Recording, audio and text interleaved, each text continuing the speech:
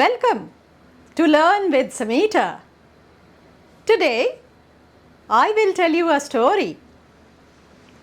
Once upon a time, many years ago, Australia and India happened to be one.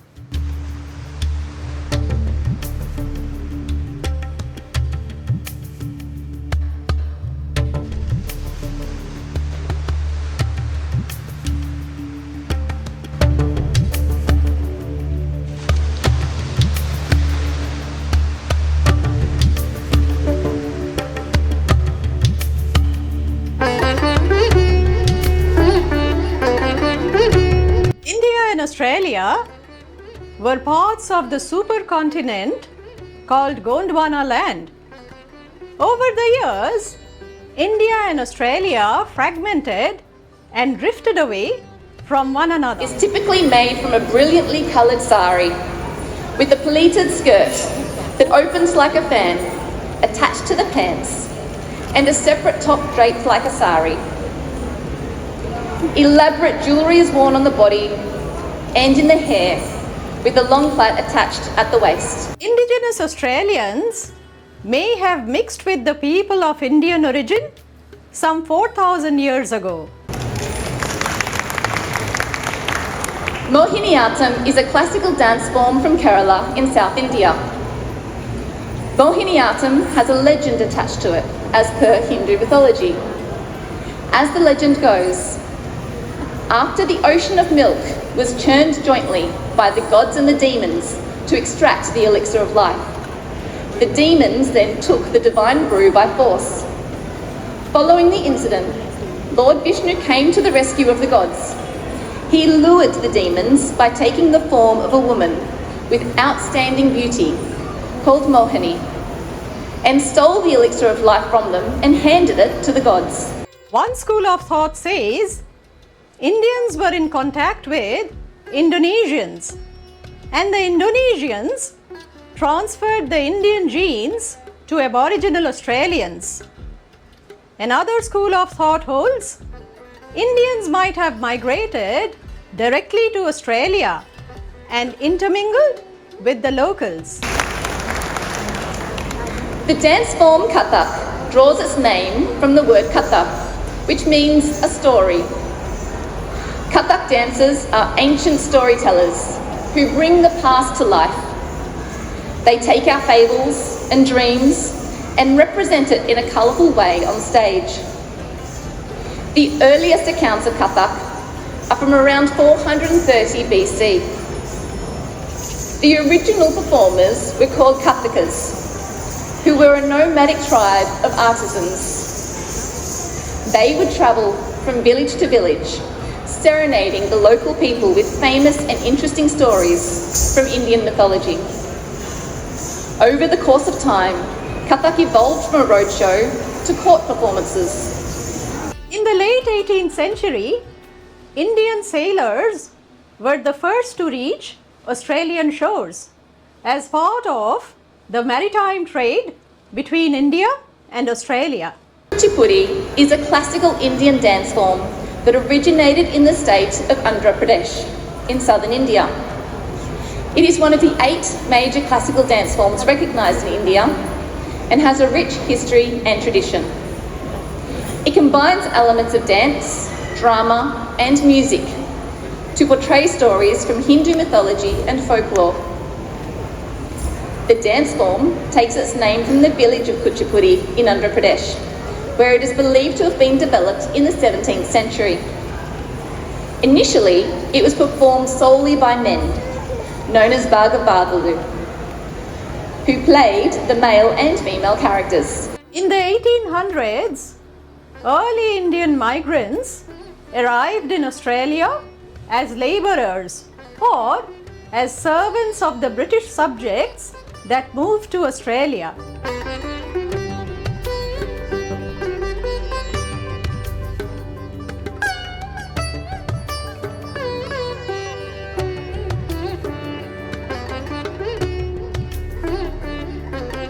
During the 19th century gold rush, Indian migrants arrived in Australia looking for fortune. In 1861, there were about 200 Indians in Victoria. 20 of these were in the town of Ballarat, the epicenter of the gold rush. Thereafter, many more came and worked as hawkers. Mirrors, generally, they end up being the focal point of the designs, and you'll see them featuring in both floral motifs as well as mandalas. And the mirrors themselves, they're held in place entirely by a system of stitching surrounding the mirror. There's not usually any glue or anything like that. So the idea of the mirror is that it acts as a form of protection against the evil eye, and it reflects bad luck from the wearer. And also shisha torrens or hangings are often placed at the front of the home to ward off evil spirits. Next to reach the Australian shores were a handful of camelliers. Camelliers settled in South Australia. They were transporting wool bales in trains.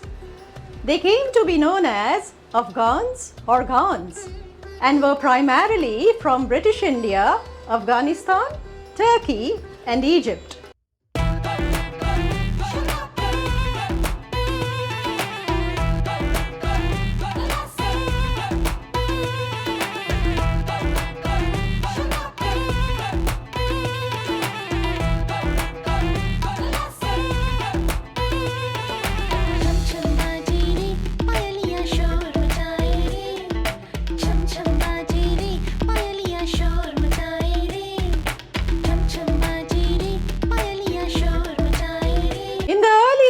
Century, Indian migrants, particularly from Punjab, established textile mills in Australia, thus enriching Australia's manufacturing sector.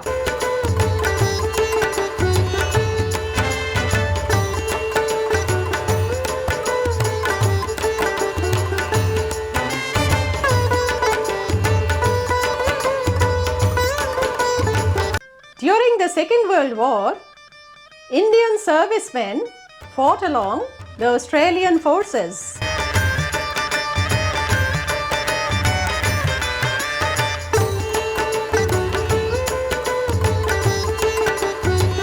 Following India's independence in 1947, the Indian-born British citizens, the Anglo-Indians, the Dutch Anglo-Indians, and the Portuguese Indians migrated to Australia.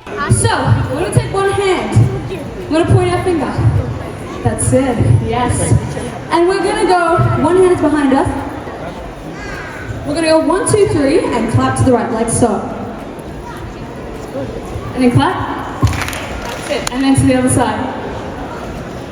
Clap it. Wipe and smack. Wipe, smack it. Wipe, smack it. The end of the White Australian policy in 1973 saw a boom in the migration of skilled professionals, doctors, nurses, IT professionals, engineers, marketing, and human resource managers.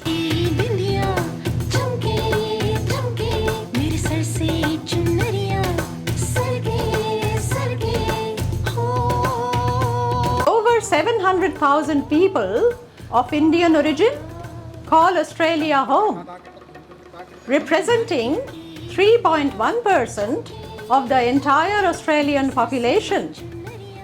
Indian Australians are the second largest migrant group, second only to the English. And pull it together. That's it. Now, if you have the room to jump, we're going to do a little jump. We're going to do the jump. Pull everyone together. And then we're going to go, bah, bah. It goes, jump. You're going to go slut down. That's it. And then can you all cross your arms? No. Cross your arms facing this way. And then look at us. As of 2016, Indian Australians were the highest educated migrant group in Australia. 54.6% of Indians hold a bachelor's degree or higher, more than 3 times Australia's national average.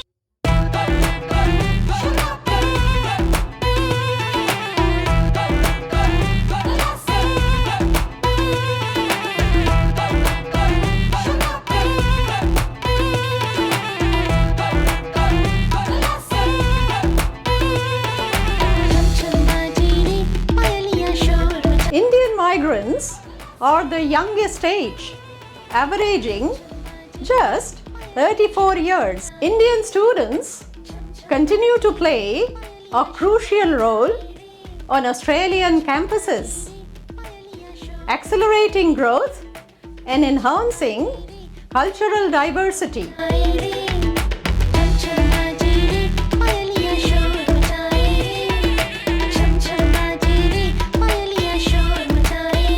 The story of Indians in Australia is one of determination and resilience of a community that has woven its narrative into the tapestry of Australian history.